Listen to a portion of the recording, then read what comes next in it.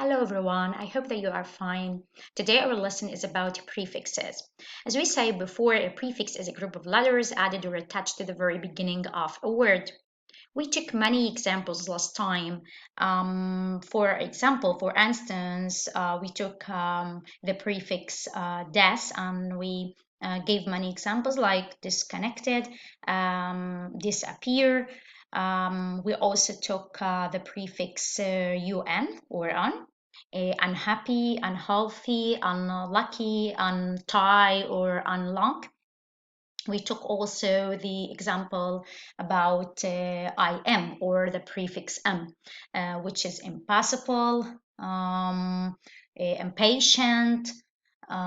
For the prefix re, we say that once we attach the prefix re to the very beginning of a word, then we have the meaning of again. So if we say reread, it means to read again. Rewrite, to write again. Review, to view it or to look at another time. Today, our examples are somehow different. Um, Today, I'm talking about prefixes with opposite meanings as the first type here in this lesson. So the first example is miss. If we took this prefix and attach it to the very beginning of a word, then we have the opposite meaning, which means not to do that, or the opposite of the action itself. So spelled, if we attach the mess as a prefix to spell, then we have misspelled, and this is the Arabic translation here. If we take the verb understood or the word understood and attach it to mess, then we have misunderstood.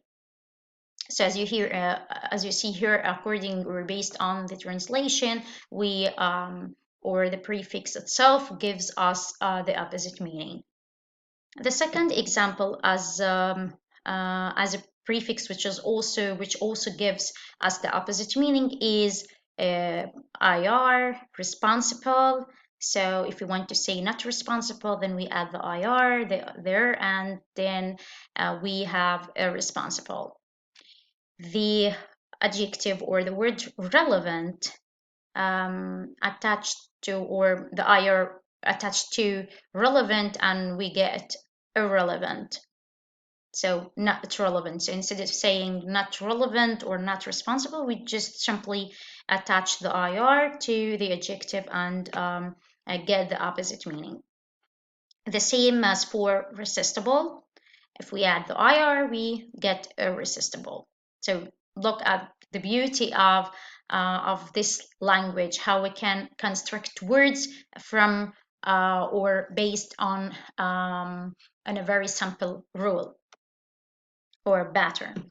The third example, which also gives the opposite meaning of words, is IL or L, like legal, illegal, legible, illegible, something that you can't read or understand. Those are the first. Those examples are related to the first type of prefixes with opposite meanings. And on the other hand, we have prefixes with other different meanings, not only the opposite.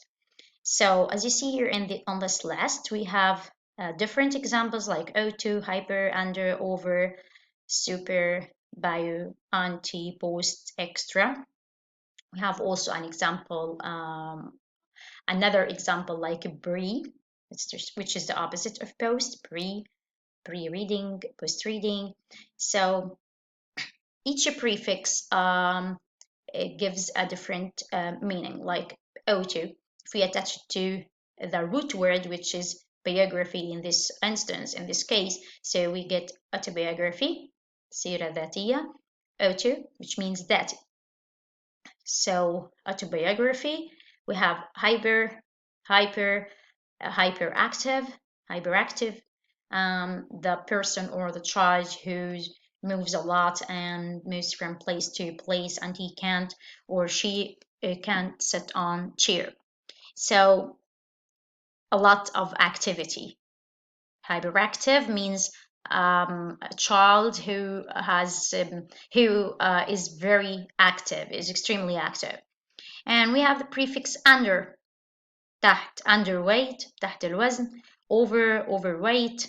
So over also indicates over indicates something that's of a high level. So overweight,